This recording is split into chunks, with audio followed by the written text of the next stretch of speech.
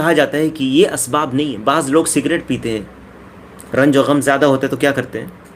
Cigarette پیتے ہیں. بعض لوگ والعیاذ باللہ مخدرات، ڈرگس لیتے ہیں. ڈرگس نہ شرعی طریقہ ہے علاج کا، نہ کونی طبعی طریقہ ہے، اور نہ ہی عملی طریقہ ہے.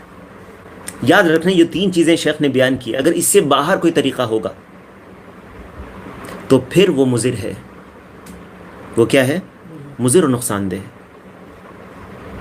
انسان، اب میں ایک مثال دیتا ہوں ڈرگس کی، کیونکہ اللہ محفوظ رکھے مسلمان بچوں کو اور تمام لوگوں کو، کیونکہ یہ بہت خبیث چیز ہے. اس سے ہوتا کیا ہے انسان کے اوپر؟ اور اسی طرح سے ہر طرح کا ادمان. ادمان کس کو کہتے ہیں؟ لت، ایڈکشن.